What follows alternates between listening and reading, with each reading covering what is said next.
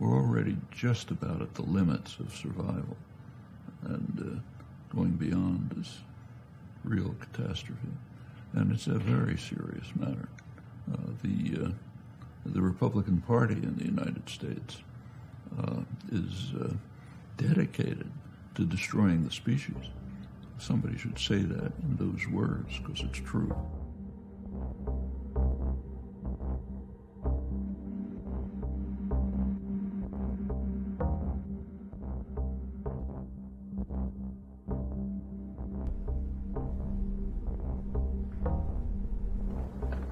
The remnants of democracy is but a facade. A two-party system creates an illusion of choice, but all too often, neither party has peace, equality, and freedom as their ultimate goal. It seems this is just a ploy to get people to support their wars. Nevertheless, such support is not universal, and the march to war and injustice is not without opposition. In 1967, Students for Democratic Society formed in opposition to the Vietnam War. A fraction of the group became known as the Weatherman. It took 2 years until their frustration with seemingly useless protests escalated to the level where they resorted to bombs as a radical means to end the injustice of war. Weatherman is an enormously significant group, but that's not to say it was a success. In almost every way, shape, or form that you look at Weatherman, it was an abject failure. The two simple goals we had, end the war in Vietnam and end racism in the United States. As many people as we mobilized, as many people as we convinced, as much as we did, as much as we tried, we failed at both. We did not end the war in Vietnam. If you're, the type that wants to occupy a building, Weatherman is the type and the group of people that you're going to look back at. And I think not just to learn what they did right, but to learn the lessons of what they did wrong.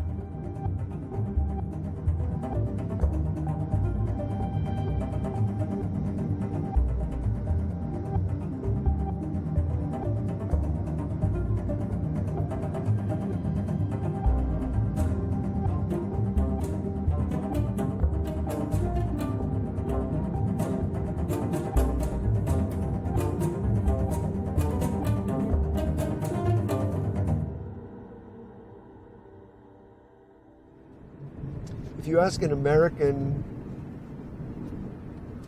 person or American teacher, do you think Germany should teach World War II and teach the horrible things that went on? Should it teach the number of people who were murdered and killed during that war? And the answer is, of course they should. Then you say, do you think the United States should teach the history of the genocide against Native Americans? Should we teach how many people were killed in Vietnam? Should we teach how many people were displaced and killed in Iraq? The answer is no, we shouldn't. That's pretty amazing, isn't it? How are you? All right. Have a good day. I'm back to work. This fall, in Chicago, we will lead massive demonstrations against the war in support of the Black Panther Party and in solidarity with all political prisoners. Bill Ayers grew up in Illinois. He was the son of relatively wealthy parents, was a student in Michigan in the 1960s, was involved in civil disobedience against the draft in 1965, and he describes that as a moment of his, radicalization. He was deeply committed to backing up his values and his words with action and became more militant over the course of the 1960s. He, as a leader of the Weather Underground, and if you look at some of his rhetoric from the most radical phases of the Weatherman's history, it's, quite extreme, and then became, newly notorious when he published his memoir, which was really the first big memoir of former Weather Underground members. And then I believe it was released on September 11th. That was the official publication date of 2001. On September 12th, the New York Times ran a story about the book where he's pictured stomping on an American flag, and he became demonized.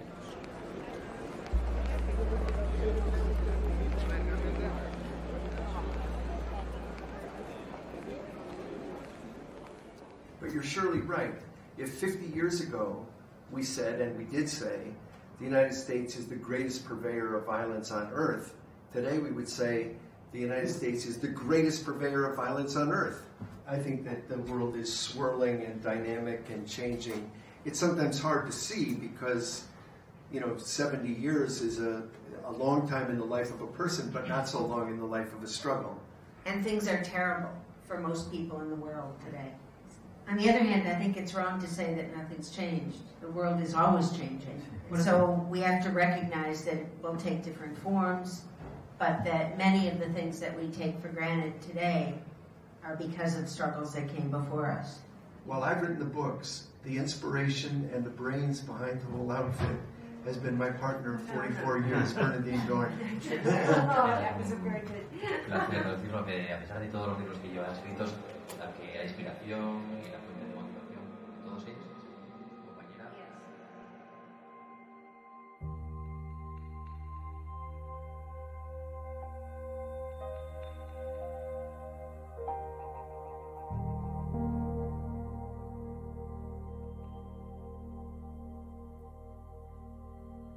Here in America. So, we're born here in this country too. And the notion that we're outlaws has got to be put together with the fact that America created us. One of the leaders was Bill Ayer's future wife, Bernadine Dorn. Other women joined the group in support of these goals. Kathy Wilkerson was one of them. Eventually, her story became the most iconic. After their small bomb factory blew up an entire 4-story building in the middle of Manhattan, killing 3 of their own, all members of the group were forced to vanish underground. It's impossible to understand what happened to Weatherman without understanding the context of what was going on in those months in 1968, 1969. A lot of people in the movement began to say peaceful demonstration is just not going to create the type of change that we want. We have to start taking things to the next level. That was what you heard over and over. We have to take things to the next level.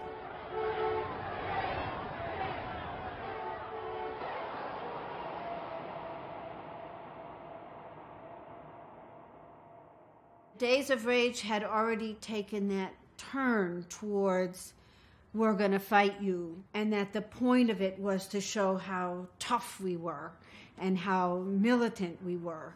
They had proven to themselves the depth of their commitment to militant and confrontational action. And in a weird way, it advanced their vision of turning more and more into a violent, revolutionary youth force capable of waging something like guerrilla war in the United States.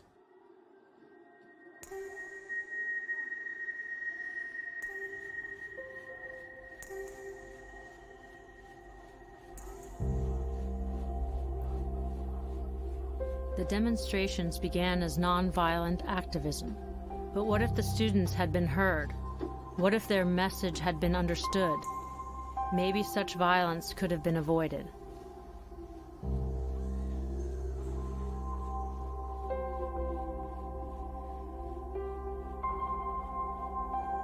When we draw districts to exclude 89 million people to render them irrelevant because they happen to be minorities in safe seats across the country, that's not democracy. When we suppress the free and equal opportunity of people to vote based on the color of their skin or the party they happen to be in, that is not democracy. No! We have got to fight to get this ideal at the core of our democracy, again, the ideal of equality. I'm here because I feel like we have a breakthrough moment in American politics where we actually might be able to effect some change because we actually have legislation in place that could change some things about getting money out of politics, and we need ordinary people to rise up. And like, I'm at the perfect stage of my life.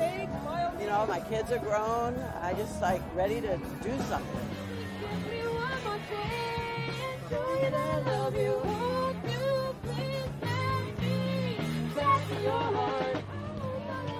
I'm here because democracy, real democracy, was taught to Ben Franklin by the Iroquois nation.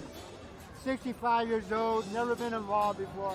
And it's time for me to stand up before I go to the other world.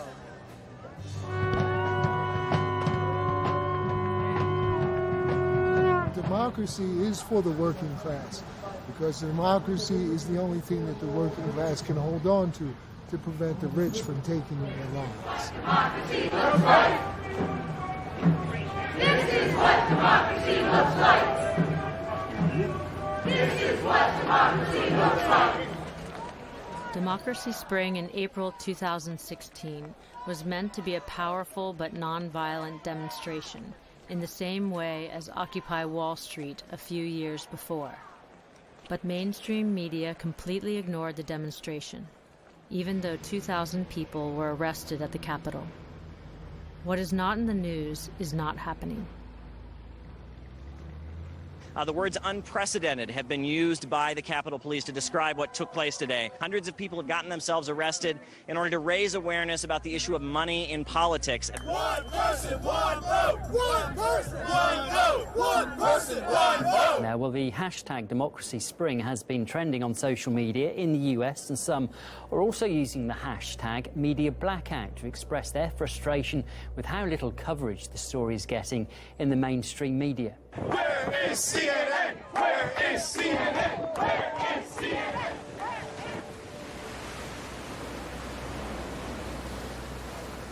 If violent revolution isn't effective and peaceful activism is easily ignored, what is the best way for common people to have their voices heard?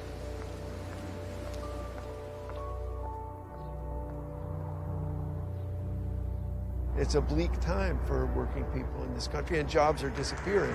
And it's not just because of globalization. Jobs are disappearing because the relentless logic of capitalism is to, the ideal from the capitalist point of view is lots of production, no workers.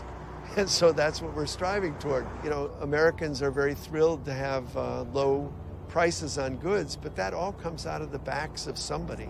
And so the warehouses that Amazon runs are run like plantations. What we have to do is change our paradigm.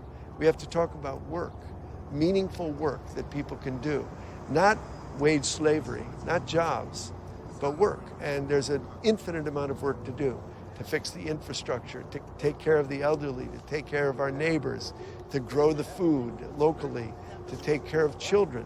All of this is important work. The fact that it can't be monetized for a profit is what prevents us from organizing ourselves to do that work.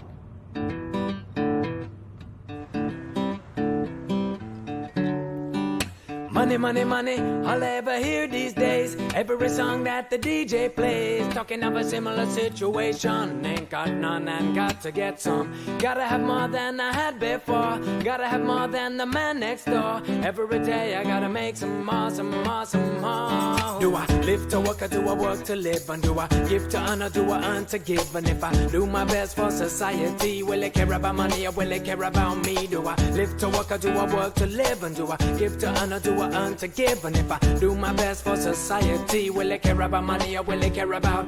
He works early in the morning till way past dark, and the people in power say that he's doing his part. If he works real hard, might make it to the top, but we all know that's not true. So stop talking this bullshit and face fact. Almost all the money owned by the fat cats. Well, telling lies to justify war. They're making all their money selling guns to the poor. In short, we have the capacity to rebuild our whole planet, filling it with luxury, or we are capable of destroying it totally. The shocking issue of our age is that no one can confidently say which we will do. If you listen to the rhetoric on Martin Luther King Day, it ends with the I Have a Dream speech in Washington in 1963. King didn't stop at that point. He went on.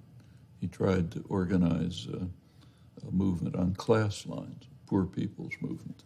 In fact, he was assassinated in Memphis, Tennessee, when he was supporting a public service worker strike, garbage worker strike, planning a march on Washington to establish a poor people's movement.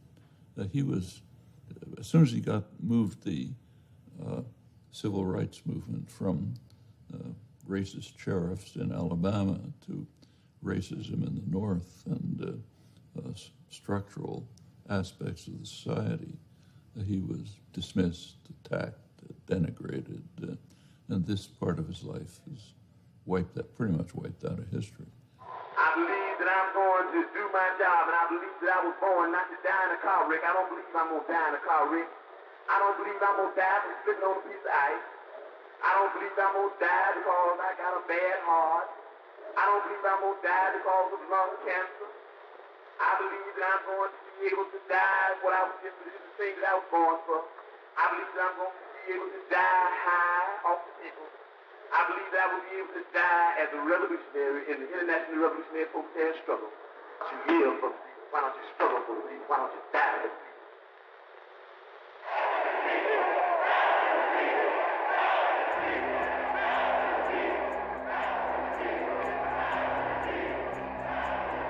We understood that they would be the first to go because they were the young black organization, and very scary to a government that wanted to keep the lid on. In the fall of '69, Fred Hampton was assassinated in his bed. He was the leader of the Chicago Black Panther Party. He was 21 years old, I think. Very charismatic, high energy, hard worker. And a lovely person. So a lot of the Weathermen worked with the Panthers in Chicago. They knew Fred Hampton personally or had seen him at demonstrations. They were deeply admiring of him. And then on December 4th of 1969, he was assassinated essentially in cold blood by the FBI working in concert with local police. It took years, 7 years in court, to prove that the murder of Fred Hampton was planned by the Chicago Police Department and the FBI. It's worth remembering that as soon as he was murdered, the police and the FBI put on a full propaganda effort to show, and they had a reenactment on television of how the officers, just all they wanted to do was deliver a subpoena. They knocked on the door peacefully, and suddenly shots were coming at them, and a shootout ensued. And so everyone, all the media reported a shootout, not an assassination, not a planned murder, but a shootout. And we said, no, this is an assassination. And meanwhile, their propaganda, backed by all their money and all their power, was defining, the situation. It made us just feel that we had to do some more dramatic moves. We thought of it as putting our bodies between the bullets of the police and black freedom fighters in solidarity.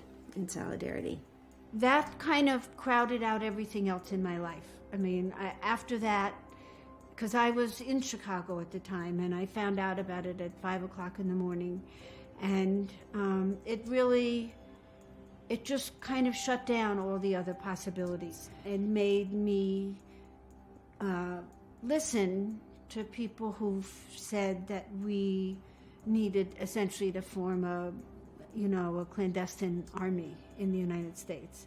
And it was improbable, unrealistic, and kind of a crazy thing to say, but under the circumstances, it made sense to me and other people to feel like we had no choice. And then for the Weathermen, especially in Chicago, this was absolutely devastating. It essentially was an act of war against progressive and revolutionary forces, and they became more and more determined to fight fire with fire and step up their plans to take up arms against the American state. The Black freedom struggle, which was also, entered a phase in the 60s. It was quite militant, quite strong. And what Malcolm X described was the situation of African Americans as the situation of a colonized people, a people that were held in bondage very much as an external colony might be held in bondage. But in this case, it was an internal colony. We supported it, and we argued that the role of white people, the role of white Americans, just like our role vis-a-vis the Vietnam War, was to find ourselves in alliance with the Vietnamese, in alliance with the Black struggle for self-determination, not just for an end to the war, but for the right to determine their own future. The interesting thing about that is the current struggle, the current phase of the African American struggle is once again defining the struggle as a colonial struggle, an anti-colonial struggle against an occupying police force. This is decided by an imperial headquarters, not by the people themselves. Top of the morning, no, it's not a new day, but it's time to wake up, yes, it's time to wake up. Did you ever wonder about the world and the way we live? Oh, the pieces of the puzzle, they don't seem to fit. The play seems okay cause the actors are paid. Pull the curtain away and reveal the real stage. 1 in every 7 people on the planet doesn't have enough to eat, but somehow we just choose not to see. Try to keep it in perspective, saving all the unprotected. Still the people are neglected, we are all connected. Said, hey, you were free since the day that you came. Won't you take over the world today? You can be anything that you wanna be. Oh, oh. I said, hey, you were free since the day that you came. Won't you take over the world today? You can do anything that you wanna do. Oh, oh. But I can see the sunshine. The sunshine. I can see the sunshine. The sunshine. I can see the sunshine.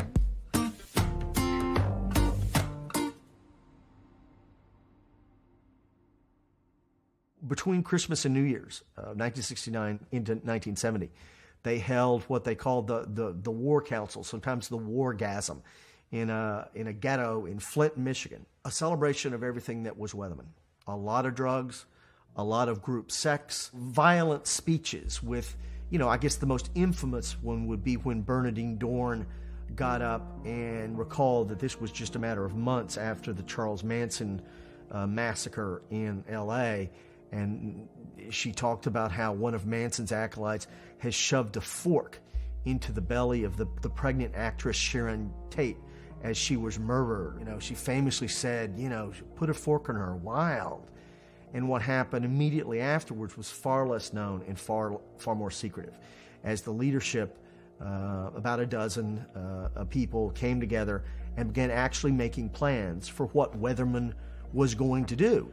We knew that the FBI was opening our mail and following us, and we began to understand that they were putting infiltrators in our organization. We began to feel like it was 1938 in Germany, and we needed to make preparations to survive if the FBI and the police and the government really clamped down on people. And we splintered in reaction to a tremendous wave of repression, a tremendous sense that we had tried what we knew how to do, what was within our capacity to do, and it had failed.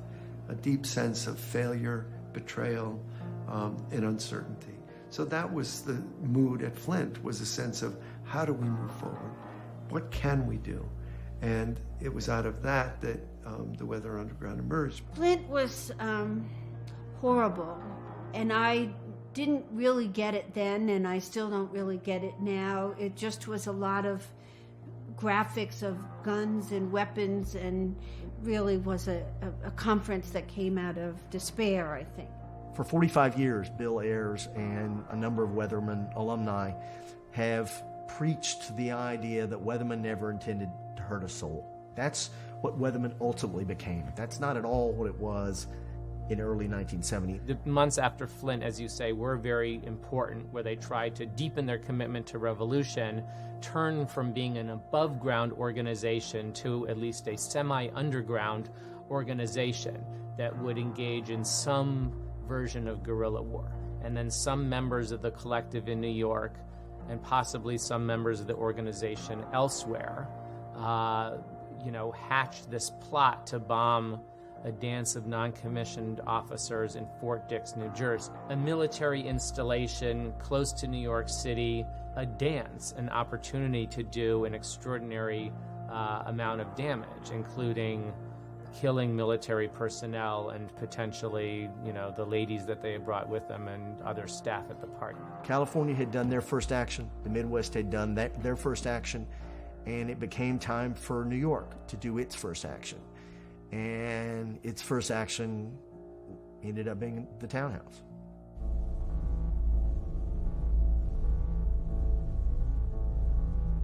The group that was tasked with carrying out the violent actions, the bombings, the whatever the heck was going to happen, was led by a young man from Kent State, a university in Ohio, named Terry Robbins, a very intense would-be poet who, in retrospect, many have said had violence in his own life, that he beat his girlfriend, that he had his own troubles. He wanted to help the world. He wanted to make things better.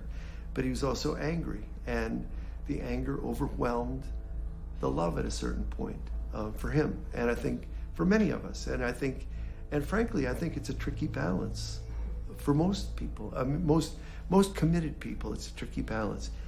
I often say to students, if you're not pissed off, you're not paying attention. You should be angry. There should be days of rage. But if you're only pissed off, you'll never get to where you want to go. You'll never accomplish, you'll never achieve a better world if you're only angry. I mean, the townhouse happened because it was all very badly thought out and thought through. And I think there was a lot of disagreement and, for one thing, we had no technical knowledge. Unfortunately, as it turns out, Terry was a much more talented poet and orator than he was bomb builder. That morning, just before noon, Terry was down in the sub-basement of the townhouse with another young woman, Diana Oughton, building the bombs when one of them went off in his hands. Kathy Wilkerson was one of three other people in the house at that point. At the moment that the explosion happened, I was ironing sheets right above where the floor above the basement. There was just this huge blast, the room filled with smoke, the floor sank, and I was holding the iron, and I thought, I don't want to put this down, it'll start a fire. And then I looked over 20 feet next to me and saw that the entire basement was engulfed in flame.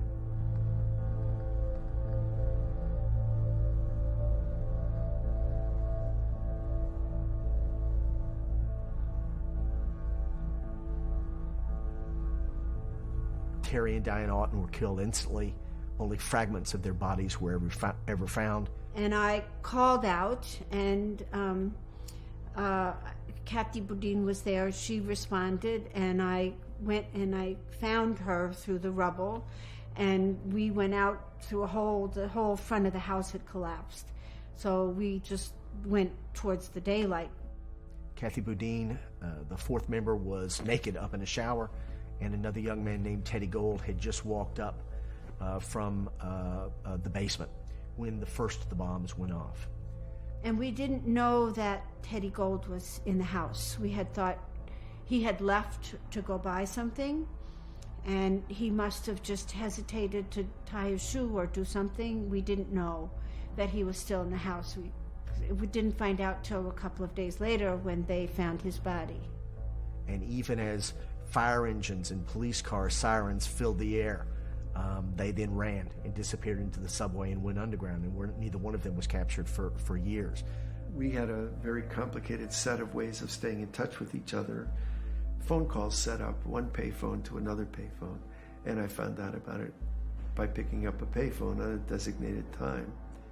And at some level, the story of what happened in the townhouse, is buried with the three people who, died there. And then Kathy Wilkerson and Kathy Boudin will say only a limited amount about, what was going on. So there's something, sort of absurd about that scenario. These guys in the basement plotting to commit what would be one of the most serious acts of terrorism in the entire history of the United States, while some woman upstairs is, changing the bed sheets. And I think it speaks to the ideological confusion of the weathermen, who sort of had one foot in kind of the normal world and another foot in the world of being like a stone-cold revolutionary, committing to doing things that would certainly change their lives forever, and, at least in the short term, potentially alter the course of American history.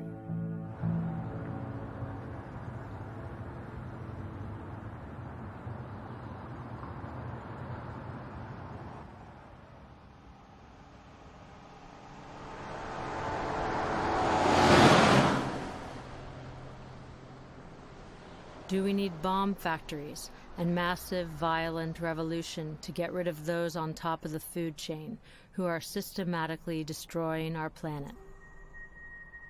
Martin Luther King is known as one of the founders of nonviolent revolution. Malcolm X fought against his ideals, saying that nonviolence will never work against violent governments. Is it true that only through violence we are able to create a new system? Do we really have to be ready to die for our cause?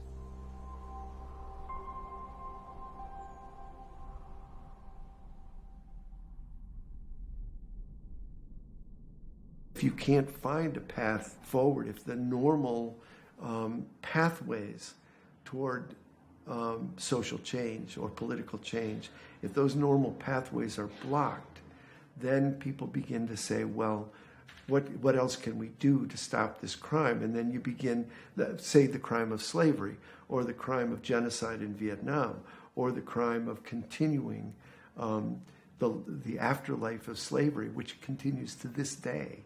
How can we stop it? An entire movement that had really been riding on a tide of violent rhetoric was kind of shocked by what had happened. People had actually died, kids like them. And I think the townhouse, along with several other events that occurred in 1970, did more to prevent the spread of further political violence. The FBI was absolutely terrified and determined to shut down the Weathermen. So the Weathermen needed to rapidly activate their plan to go underground. And then in the course of a very short amount of time, we came out of that a single organization. We went into that quite a divided and splintered organization. We maintain the right to survive, we maintain the right to take the war to the war makers, and we will not harm or injure or kill people. In the end, the townhouse did that. It definitely caught everybody's attention and has become an iconic event, but only because it was us that died and not because the actual actions were successful. And that's the great irony of it all. No longer would they build bombs in an effort to kill policemen or military officers. From that point, they needed, in Bernadine's words, to be more life-affirming. And for the next 11 years, we survived on the run from the FBI. Bernadine, as you know, was put on the 10 most wanted list. And the only time that J. Edgar Hoover and I ever agreed is when he called her the most dangerous woman in America. I agree with that. Still, actually. I know we use the language of war all the time in those days, meaning Revolutionary War, and I have lots of conflicting feelings about that metaphor now. But at the time, for us, liberation wars meant freedom from empire, and that's what we thought we were doing internally. I was underground for 10 years, and but the Weather Underground only lasted for 4.5 or 5 years more. We changed our identities. We changed our appearances slightly. And we issued statements saying we weren't going to participate openly in the political world anymore. We were going to participate as people who were fugitives from the law. And that's what it meant to be underground. With the underground and the mass movement responding together, we could shut down every international airport in America within 24 hours. And so for the next 6-7 years, that's what Weathermen was. It was a group that lived and worked underground, that exploded bombs, but never again did Weathermen injure anyone seriously, much less kill anyone. At 1 minute before 1 o'clock this morning, the switchboard at the Capitol received a phone call. A man's voice said a bomb would go off in the building in half an hour. At 1:30 in the morning, it did. In the years 1970 to 1973, there were something like 20,000 bombings against U.S. military installations inside the United States. We took credit for 24. So we were obviously fish swimming in a sea, weren't we? Not just fish swimming in a sea of America, but we were even in a sea of people who were furious about the war and willing to take matters into their own hands. We were a small fish in that sea too. We did much more than we took credit for, but we didn't do 20,000. Wouldn't have been capable of anything like that. And we were very clear that we weren't trying to hurt anybody, weren't trying to terrorize or intimidate anybody. We were trying to issue a screaming reply to the fact that 6,000 people a week were being murdered by our government. 6,000 a week with no end in sight. So you think about the World Trade Center and you think about, 9/11, and there were several thousand people killed in an act of inhumane terrorism against a population, against civilians, against innocent people. And then you think about the genocide, the attempted genocide in Vietnam, 6,000 people every week. But as the 70s wore on, their numbers began to dwindle.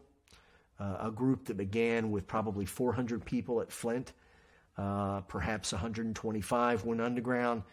By 1971, 1972, had all but been forgotten. I was not interested in going to trial. I pled guilty, essentially to possession of explosives. I was sentenced for what they call in New York 0 to 3, meaning the parole board can decide when you get out after a year. There are still a couple dozen political prisoners from the Black Panther Party in prison in the United States who've been in prison for 40 years. They had life at the end of their sentence. They had like 20 to life or something. So the parole board can keep them till they die. And they are one by one dying in prison. Ultimately, Weatherman went out with a whimper and no more bangs. But it's amazing, the last remnants of Weatherman, Bernardine Dohrn and Bill Ayers, didn't turn themselves in till the end of 1980. Bernardine Dohrn, the former anti-war leader and student radical, surrendered today in Chicago.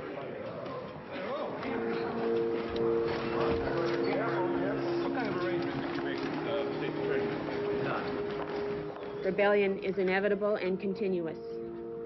Resistance by every means necessary is happening and will continue to happen within the United States as well as around the world, and I remain committed to the struggle ahead.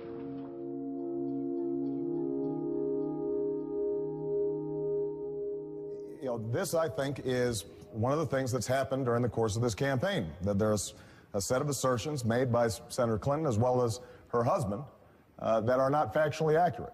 I think that part of what the people are looking for right now is somebody who's going to solve problems and not resort to the same typical politics that we've seen in Washington. That is something that I hear all across the country.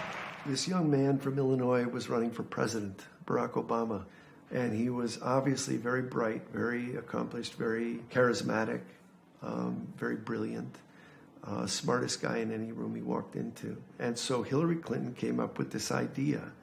And the way it burst into the public scene was that during a debate between Clinton and Obama, George Stephanopoulos, who was a close friend of the Clintons, well, what about this other friend of yours, Bill Ayers? He bombed the Pentagon, and he's never said he was sorry, and what about that?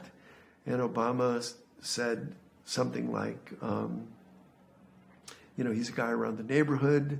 I don't share political discussions with him. I knew him, and he tried to brush it off.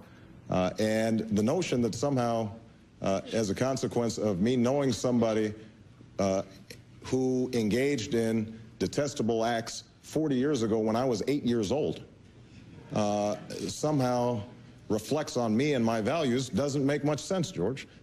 It happened that my graduate students were in my living room the night of the debate. We were having a seminar, and we were just cleaning up, and somebody put on the debate just at the point that came on. My students fell on the floor. They were completely stunned And one of my students turned to me and said, "That guy has the same name as you." And somebody else said, "That's because it is him." And she couldn't believe it. One of his earliest supporters is a man who, according to the New York Times, was a domestic terrorist and part of a group that, quote, launched a campaign of bombings that would target the Pentagon and the U.S. Capitol. The fact is that while it was uncomfortable and while it was difficult in certain ways, the fact is it didn't really hurt me very much at all. I mean, it wasn't pleasant, it wasn't fun to be in the kind of, but if anyone was prepared for it in a funny way, I was, for a couple of reasons. One is because I was old enough to know that they couldn't define me for myself. I know who I am. I don't have to be loved by CBS News. Barack Obama and domestic terrorist Bill Ayers, friends. They've worked together for years, but Obama tries to hide it. Why? We know Bill Ayers ran the violent left-wing activist group called Weather Underground. We know Ayers' wife was on the FBI's 10 most wanted list. But Obama's friendship with terrorist Ayers isn't the issue. The issue is Barack Obama's judgment and candor. Barack Obama, too risky for America. I'm John McCain, and I approve this message. We got a lot of death threats. We had a lot of, we got a call from our alderman at one point. She was worried about me because she'd gotten a lot of threats, and so they parked a cop car out in front of our house. The university had a cop assigned to me, and his name, ironically, was Officer Muhammad. And Officer Muhammad would check in on me every day and follow me home sometimes. And I had sent him 2 death threats that I'd gotten on my computer. One from a guy in Texas who said he was coming to Chicago with a posse to assassinate me, and they had my home address written down. And the other guy said he was coming, another guy from, I believe, Georgia, said that he and a group were coming to kidnap me and waterboard me. And Muhammad took a look at the 2 emails and he said, "Gee, Bill, I hope the guy who's going to shoot you gets here first, because it would be horrible to be waterboarded and then shot. Better to be shot and avoid the waterboarding." And I agreed.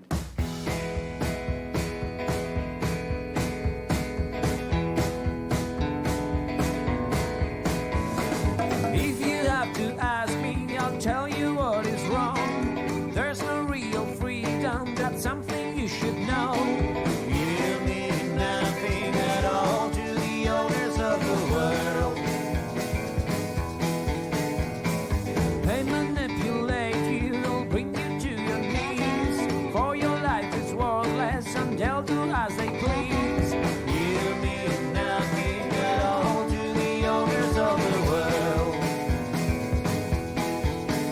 Tell me, where are your rights? Tell me, when will you realize that we live in a world with no love and no hope, where you mean nothing at all to the owners of the world. We mean nothing at all to the owners of the world.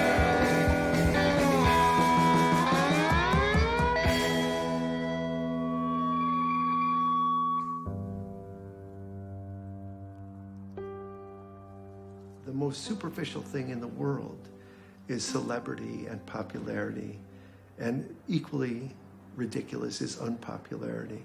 So none of that matters. And I think that we live in a culture where celebrity has trumped accomplishment on 1,000 levels, and that's a mistake. So the Weathermen had convinced themselves that revolution by means of armed struggle was desirable, necessary, and possible. But they had no real theory of how to gain state power.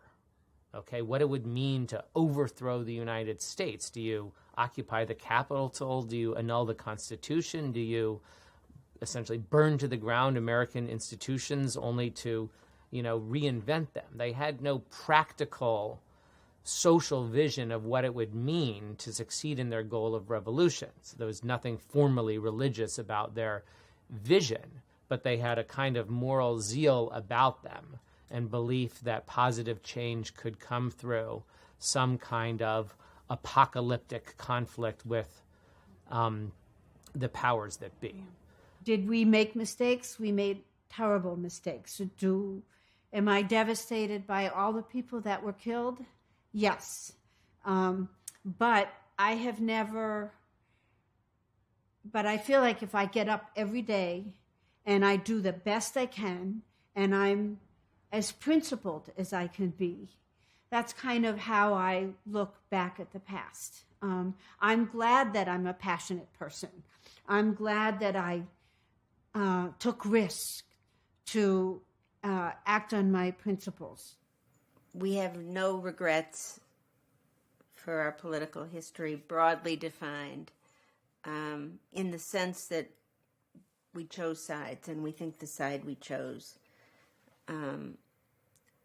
was right, historically right, and that we tried to act with a conscience and do minimal harm to human beings, or no harm to human beings. But I think that, of course, we have many regrets toward our comrades, toward people we treated harshly. About the only concrete legacy I could identify of Weatherman was the security systems that we all live with now. Bomb detectors and bomb-sniffing dogs put at the Capitol, put at police stations, put at government buildings. That all started because of Weatherman. The tightening of dynamite purchase laws, that all started because of Weatherman. I think the nicest thing that you can say about them is in their fervency and their commitment, they have remained an inspiration to those like-minded people, many of them young, who are on the radical left today. Those you see in the Occupy Wall Street movement, I think, would be first among them. They can still draw inspiration from the incredible commitment of Weatherman without endorsing their actions, their political violence. There's some evidence, not certain, but some, that in 1969, Richard Nixon, then president, was contemplating using nuclear weapons to end the war forever, and that he was deterred by mass mobilizations that were taking place here. Can't prove it, but it looks pretty much like that. And it continues. It's true that it didn't end the war, but it did have an impact. A couple of years later, when Ronald Reagan became president, his administration attempted to duplicate in Central America exactly what Kennedy had done in South Vietnam 20 years earlier. So they followed almost the same steps. White paper about how the communists are taking over the world and so on and so forth. There was such a backlash that they backed off.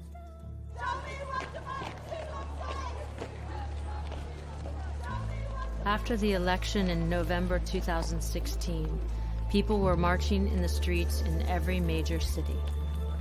But is the marching enough?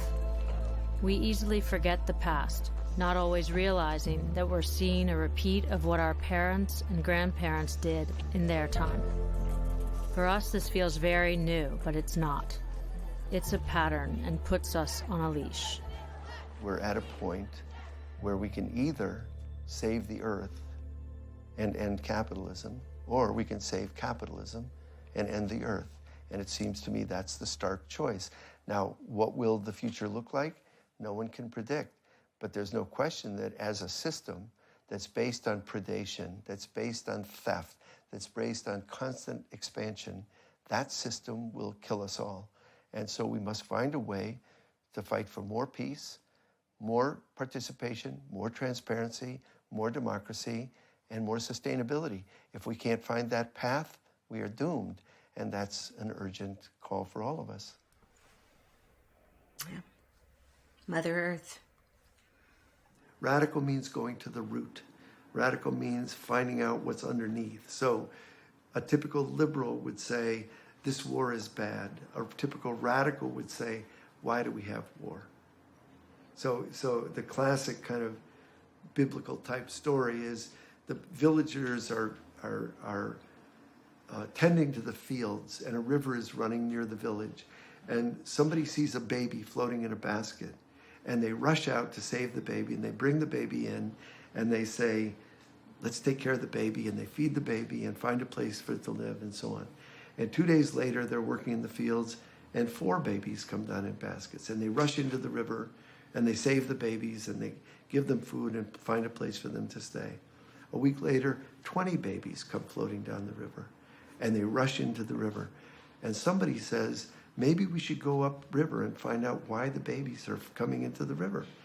And everybody says, no, it's a crisis. We have to save the babies. The radical is the one who says, let's find out why the babies are coming in the river.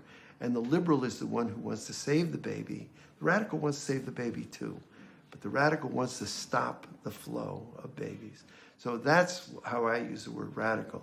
I know in today's mass media, radical means something about religion and something about fundamentalism and something about making bombs. That's not the meaning of radical. Radical means going to the root of things.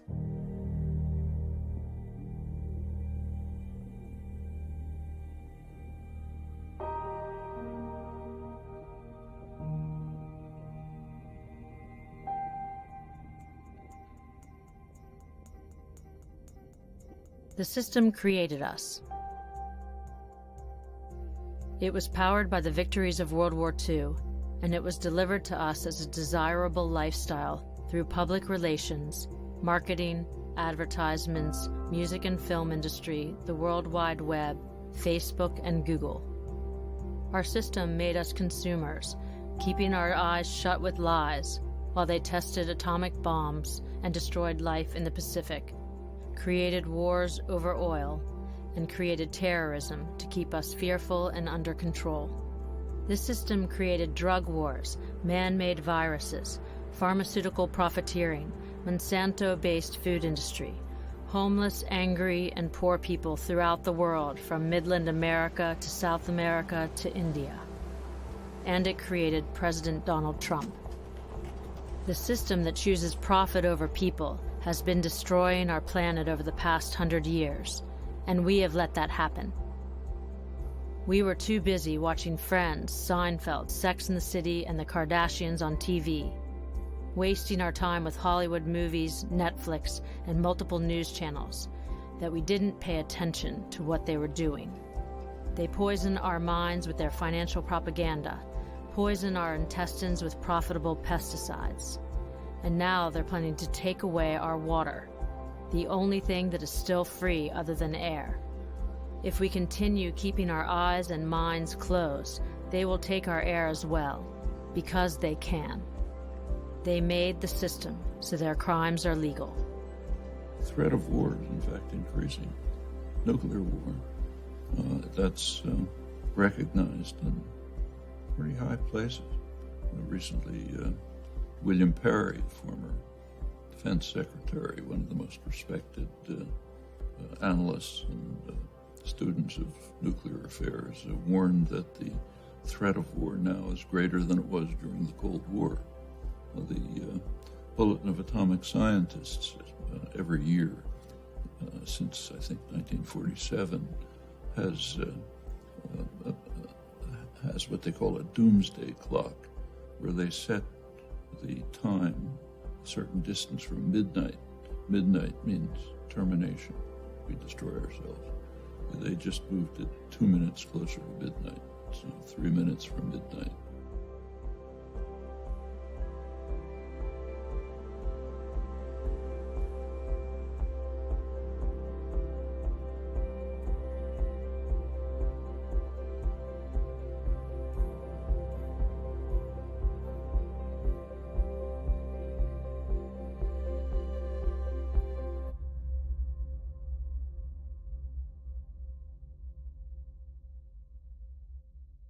The more I find myself believing, the more I know I can be sure.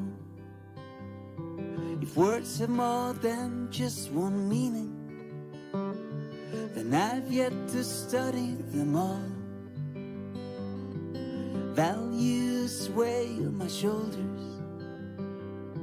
All theories I present as my own. For some reason they can't convince me. Truth is yet to be told. I wasted so many pages on prophecies no one can prove real.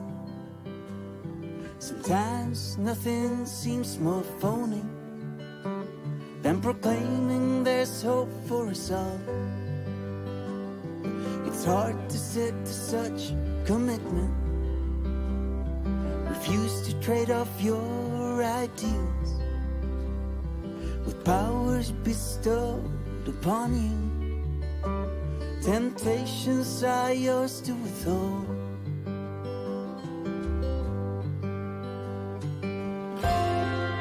Vanity blinds, vanity blinds, vanity blinds, vanity blinds,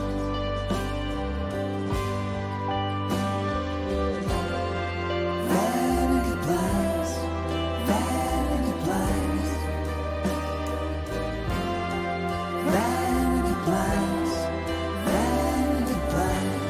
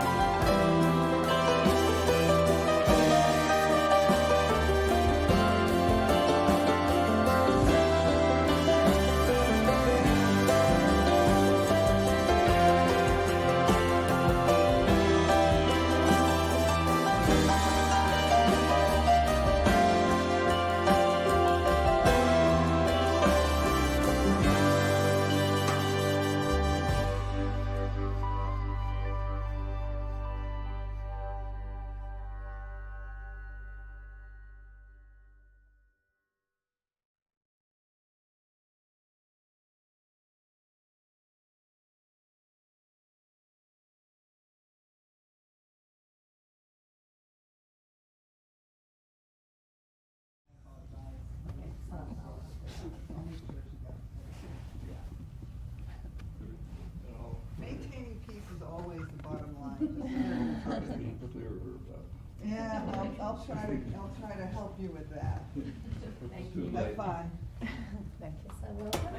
Hi. Hey, I'm Inderjeet. Nice to meet you. Hi. Hi. I'm John's wonderful to meet you. Hi. Yes, please. Yeah. Should we? Can we put the wire on you first? Sure. Good.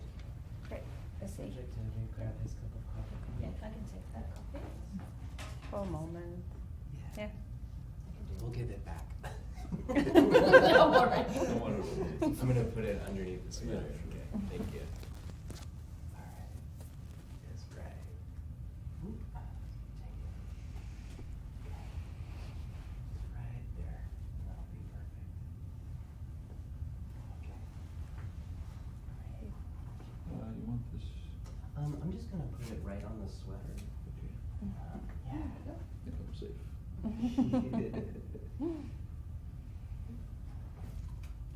Thank you so much for doing this interview with us. Glad we could work it out. It's not Yeah. easy. One more thing, just Yeah. before we get started, just sign that so we can use. I'll do it one more time. It's just standard agreement.